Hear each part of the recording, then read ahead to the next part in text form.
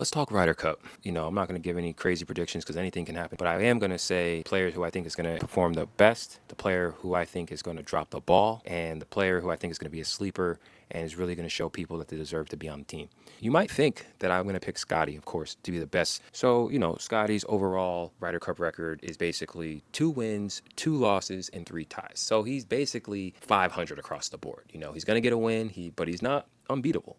The player who I think is going to play well, I'm going to give it to Bryson. I think Bryson is going to be fired up. I think Bryson is going to be on a tear. I think he's going to really play very well. Who I think is going to be the sleeper on the team, I think that's obviously going to be JJ Spawn. I think JJ is still being underrated. I'm not saying people think that his wins this year were flukes. I think he proved that he can actually play, but I don't know if anyone is really going to be taking him as a major threat because in his playoff performances this year, he's lost both of them.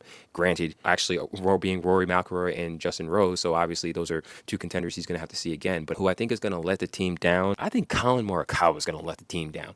I was not a fan of Colin making the Ryder Cup team this year. I've gone through so many caddies, so many putters. For Team Europe, I think the person who is definitely going to be, the biggest star, the one who holds it down, the one that's going to really shine for the Europeans, Rory. I think Rory, when it comes to the Ryder Cup, he traditionally plays well. He said, the pinnacle of golf right now is who can go to an away Ryder Cup and win. And I think that's on his mind. I think that competitive spirit is really going to lift him up.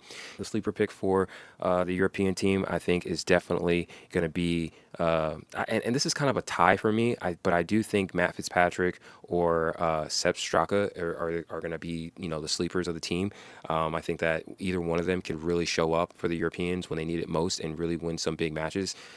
So in the European person I think who's going to let them down the most, unfortunately, I think it's probably going to be Tyrrell Hatton. I think he's an amazing golfer, but I just think that, he might be falling short a little bit, might end up losing a match that can cost the Europeans big. That's my thoughts. What do you think? Who do you think is going to be a sleeper? Who's going to be someone who's going to let the team down and someone who's going to be putting the team on their back when they need it the most? Leave a comment section below.